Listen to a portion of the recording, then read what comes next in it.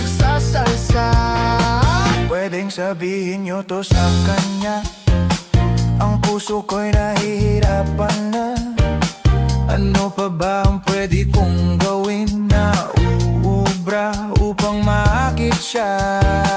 Palagay kaya ako ng